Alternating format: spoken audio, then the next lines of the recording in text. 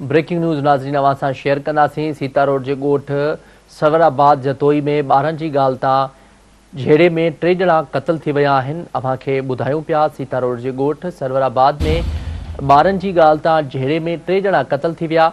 झेड़े दौरान 2 भाइरनि समेत 3 ॼणा मारिजी विया। मारिजी वियल अख़्तियार अली ऐं संदसि भाउ माजिद शामिल आहिनि। अवां खे अपडेट कयूं पिया। सीता रोड जे ॻोठ सरवराबाद जतोई में ॿारनि जी ॻाल्हि तां झेड़े में 3 ॼणा क़त्ल थी विया। झेड़े दौरान 2 भाइरनि समेत 3 ॼणा मारिजी विया। मारिजी वियल अख़्तियार अली ऐं संदसि भाउ माजिद शामिल आहिनि। सीता रोड जे ॻोठ सरवराबाद जतोई में ॿारनि जी ॻाल्हि तां झेड़े में 3 ॼणा क़त्ल थी विया आहिनि। झेड़े दौरान 2 भाइरनि समेत 3 ॼणा मारिजी विया। मारिजी वियल अख़्तियार अली ऐं संदसि भाउ माजिद शामिल आहिनि।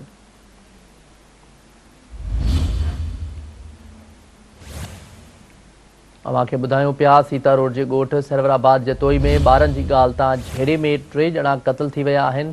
झेड़े दौरान 2 भाइरनि समेत 3 ॼणा मारिजी विया। मारिजी वियल अख़्तियार अली ऐं संदसि भाउ माजिद शामिल आहिनि।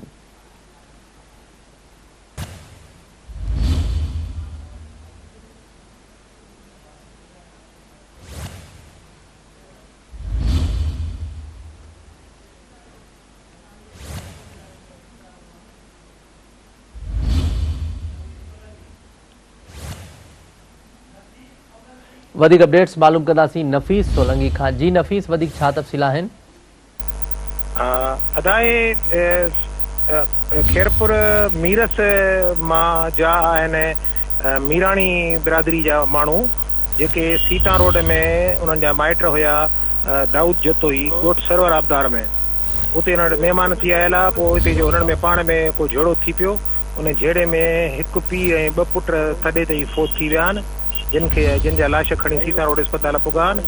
ऐं जॾहिं त अकबर मीराणी जो नालो मालूम थी सघियो आहे, हिकिड़े जो नालो अकबर मीराणी मालूम थी वियो, पर उन जेको कार्ड निकितो आहे उन ते कार्ड ते बुर्दी लिखियल आहे हिसाब जो अकबर बुर्दी, ताकी सॾाइनि था मीराणी। ऐं ॿिए जो नालो आहे अख़्तियार अली। अख़्तियार अली ॿिए जो नालो आहे, उहो बि मीराणी सॾाए थो पर बुर्दी आहे। मोहम्मद लाइक जा पुट आहे उहो। ऐं ॿियो हिननि जो पीउ आहे मोहम्मद लाइक माजिद अली, इहो बि लाइक अली जो पुटु आहे। त हाणे इहे टोटली 3 माण्हू जेके आहिनि मरी विया आहिनि। ऐं जॾहिं मीराली ज़ात सॾाइनि था ऐं हिननि जा लाश हिते पहुता आहिनि। महिमान थी आयल आहे, मीज़बान हथां क़त्ल थी विया आहिनि। जी अदा, ठीकु आहे, वॾी महिरबानी नफ़ीस सोलंगी तफ़सील ॾियण जे लाइ।